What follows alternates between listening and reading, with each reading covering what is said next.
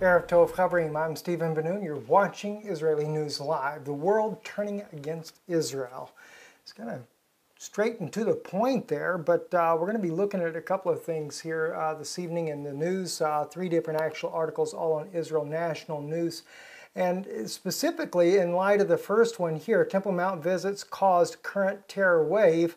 We're going to have to correct this ideology behind this particular report from the religious magazine Merkur Rishon's fault journalist Rino Soror claimed their claim on Wednesday there, and something that I picked up a little extra in the look at the current terror wave, the Third Intifada. As those of you that watch Israeli News Live know already, we have linked this directly with Ezekiel's chapter 35 prophecy.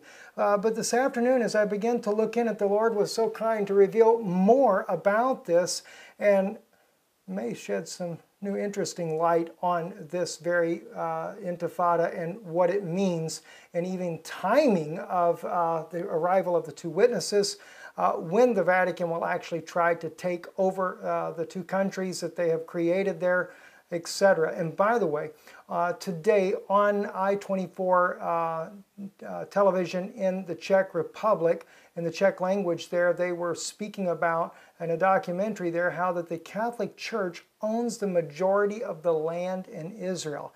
That's something I did not know myself. Very interesting. I'd like to try to corroborate that information somehow. If any of you guys watching have any suggestions, please let me know about that as well.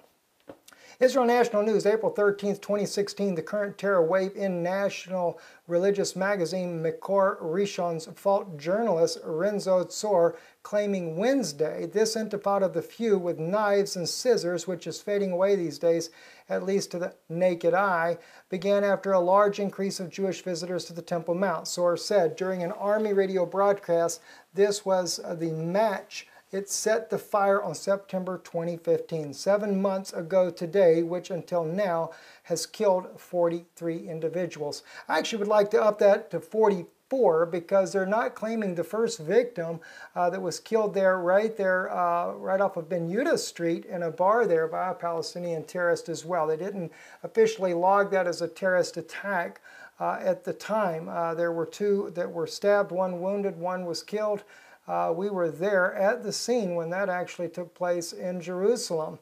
But anyway, so to me it's actually 44. So it was not the actual intifada did not start because of the radio broadcast, which by the way, the radio broadcast often has asked people to visit the Temple Mount. And they don't do it for violence by no means. They just do it because they want to go there to pray, is what their desire is. And with the Passover now approaching, there is no doubt going to be more controversy. I know that the Temple Institute is planning, whether they're actually planning to do a sacrifice or just a mock version as close as they can to the Temple Mount. I think it's more of a mock version of the sacrificial ceremony that they're planning on doing. I am against a sacrificial ceremony completely because to me, Yeshua was that ultimate sacrifice and there is no need of another. Anyway, continuing on into the broadcast here, Ezekiel 35:5 and also verses 9 through 15. Let's look at this carefully again, because thou hast had a perpetual hatred. He's talking about Esau. In this case here, he calls it Mount Seir, he calls it Edomia in another place here near the 15th chapter. But Edomia is another name for Edom or Esau's descendants here. So he says, because thou hast had a perpetual hatred and hast shed the blood of the children of Israel by force of the sword in the time of their calamity, 70 AD. We see this clearly in Obadiah's prophecy, shared with that the other day there. God indicts Esau for the destruction of Jerusalem of 70 AD. And in the time that their iniquity had an end. We went over that as well. Daniel's prophecy, when he talks about the 70th week of Daniel, the things that are to be accomplished in that 70th week. One was reconciliation for iniquity. Daniel chapter 9, I think it's verse 24, 25 there. Reconciliation for iniquity. See, it says, in the time that their iniquity had an end, We see Yeshua dying on the cross satisfied God's requirement. But the problem is there's still no reconciliation for iniquity. The iniquity is that the Jews delivered him to the Romans to be killed. Okay? That's their iniquity. That's why I argue as far as the sacrificial order there, because you have to understand sacrificing was a permissive will of God. We see that by the prophet Ezekiel clearly makes that known. Jeremiah says, and even Isaiah as well, I desire mercy, not sacrifice. So God's main desire was for mercy. But he permitted sacrificing. He allowed that with Moses. We find that also in the sense of James, if you study that as well, part of the Syriac fragments there, where is not like 95% of the New Testament is from that particular book there. But at that point there, we find though that Israel then is held guilty for handing over Yeshua to the Romans to be killed, because it was not God's perfect will to do it like this. But we do know, though, had Yeshua not given his life. See, now there's a difference. They handed him over to kill him. Yeshua willingly gave his life because he knew that he had to give his life in order to bring about redemption. All right, so so it's kind of an awkward way of looking at that, because if Israel had been perfectly just in having him killed, then there should be no blood guilt on them. There should be no responsibility for his death. Why would we be blaming Israel for Yeshua's death if they were only carrying out the sacrificial order that God required through the Levitical law to begin with? You see, so it doesn't make sense there. So, but what does it have? You know, Yeshua has to be struck, though. He has to be judged by the elders of Israel, according to what we see when God says to Moses, take the elders of Israel with you, go out there and smite the rock that it bring forth its waters. See, so Yeshua had to be smitten. That rock had to be smitten in order to bring forth that water of life. See, so these things had to happen, but that was through his gift. His free gift is what does that, not the fact that they were wanting to hand him over. See, the heart was wrong. Their heart was there for malice, not for a good cause. Anyway, so it says, in the time that their iniquity had an end. That is when the iniquity will be reconciled. The reconciliation of the iniquity will be when the two witnesses actually come. Now, I didn't realize this originally. When they come, they are coming to reconcile Israel back to God. This is where they come to reconcile. See, Yeshua has already paid the price. He cannot come until the two witnesses have reconciled Israel back to God.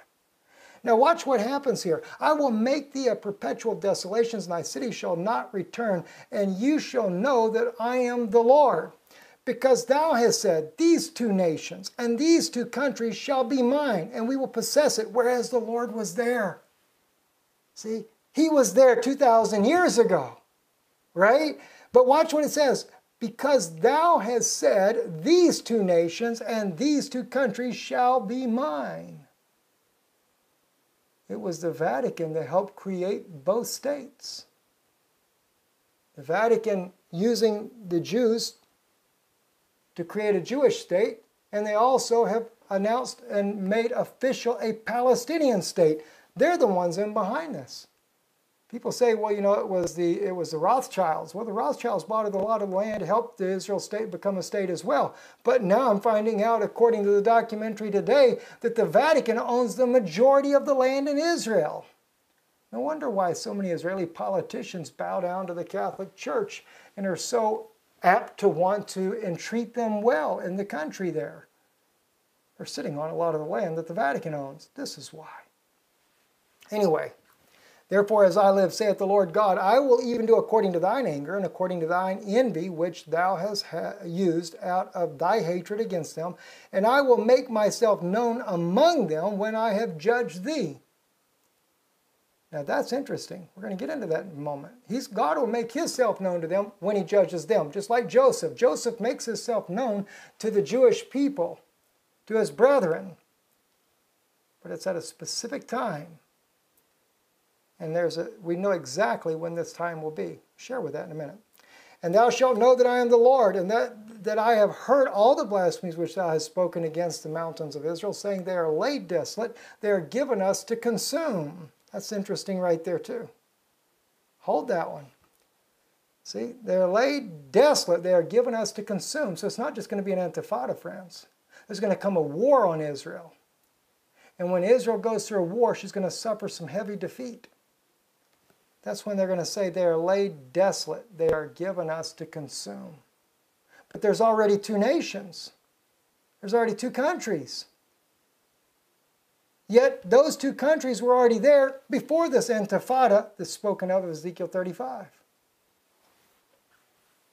Verse 14, thus saith the Lord God, when the whole earth rejoice, I will make thee desolate. As thou didst rejoice at the inheritance of the house of Israel, because it was desolate, so will I do unto thee. Notice that one in verse 15. As thou didst rejoice at the inheritance of the house of Israel. In other words, when Israel was laid waste, Jerusalem in 70 AD, they rejoiced.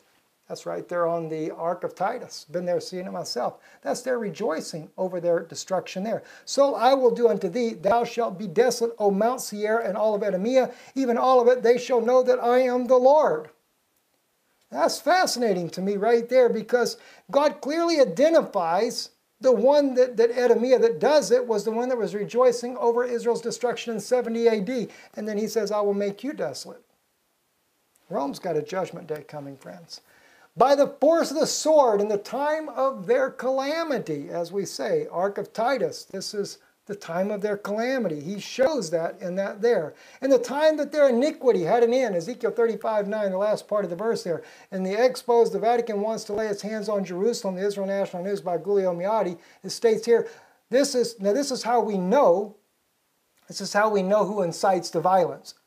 It's not Israel's army radio that's inciting the violence. There will be, this was on 12/15 of 2011, there will be no peace if the question of the holy sites is not adequately resolved. Turan, that's Cardinal Jean Turan, made this statement here.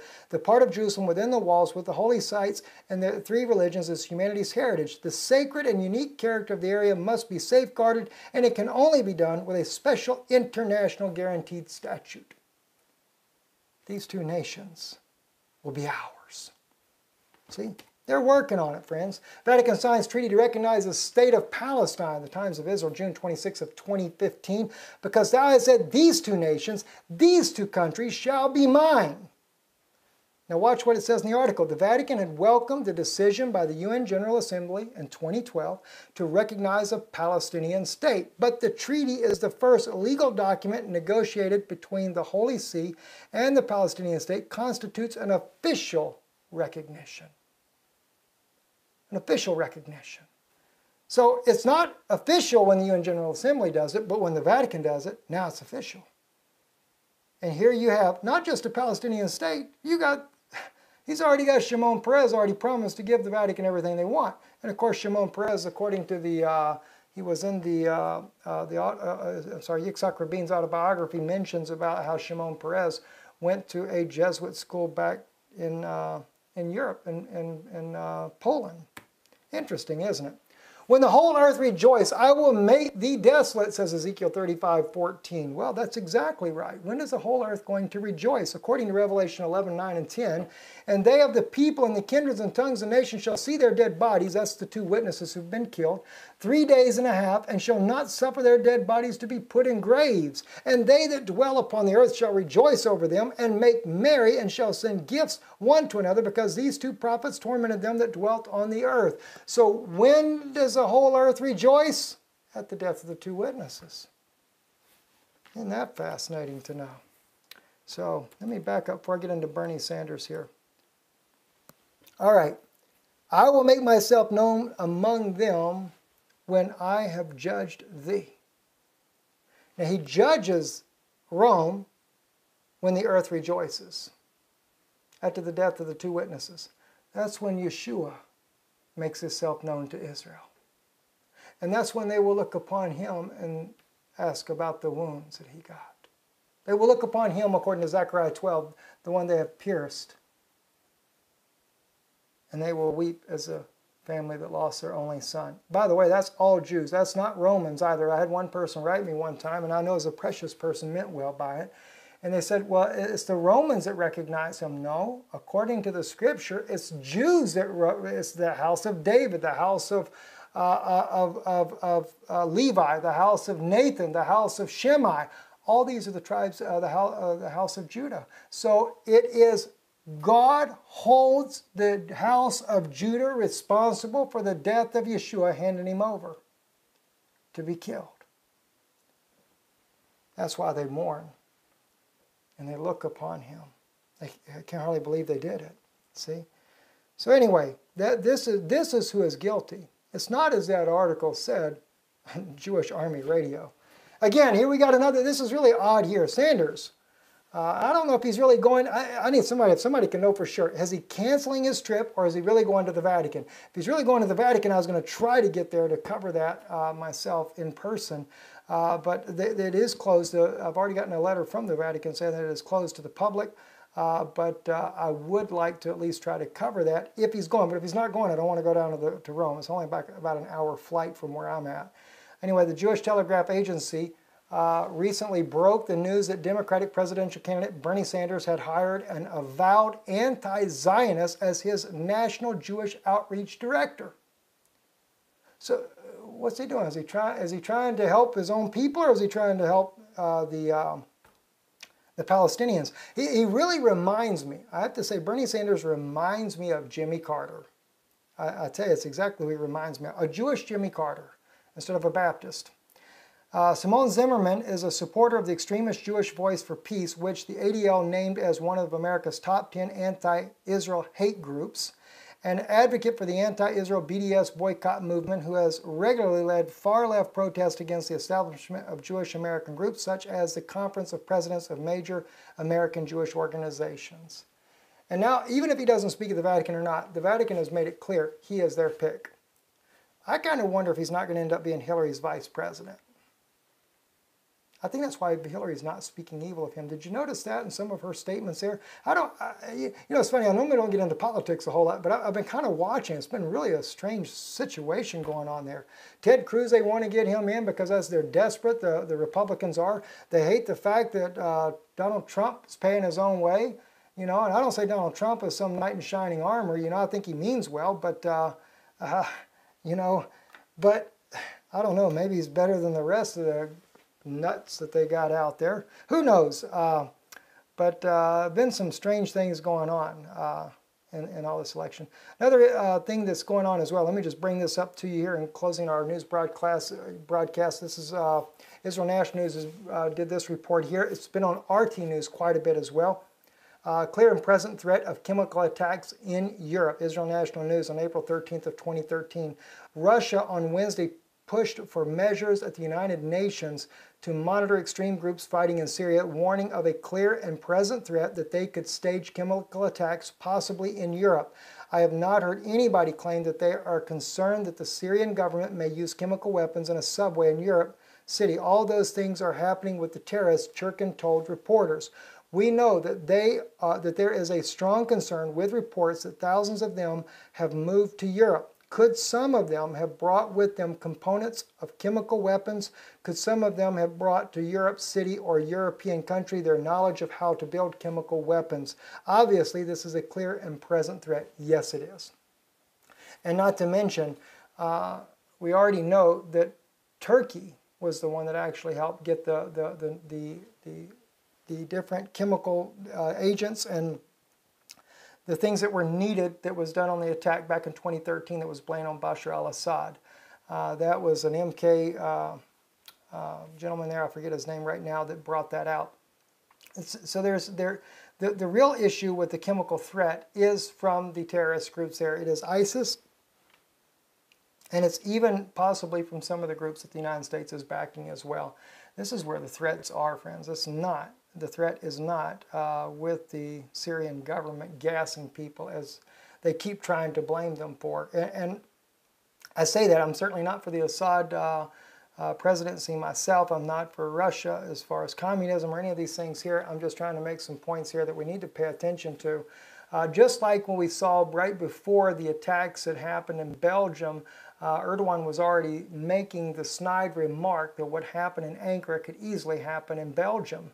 It's kind of funny that he kind of seemed to have inside information on that.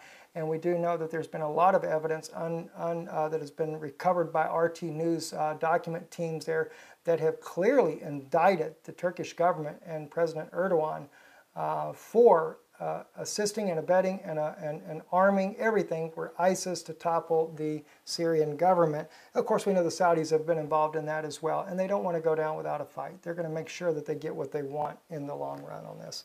Anyway, I'm Stephen Ben-Nun. You've been watching Israeli News Live. We trust this blessing for you, the information we've shared with you tonight. We do need your support in making this broadcast continue. I try not to come out too much, just a couple of times a month to mention this to you, but your support makes everything happen here. If you're doing it by mail, we can still receive it at the old address, but we have switched over to a post office box. That's at the end of this broadcast. I still have not had a chance to update the website as of yet. Or you can go online, IsraeliNewsLive.org, donation button there, and we thank you for your kindness and your love. It's what makes it all happen, and for us to be able to get to these places and cover these stories as they break as well. I'm Stephen Ben-Nun with Israeli News Live. Shalom.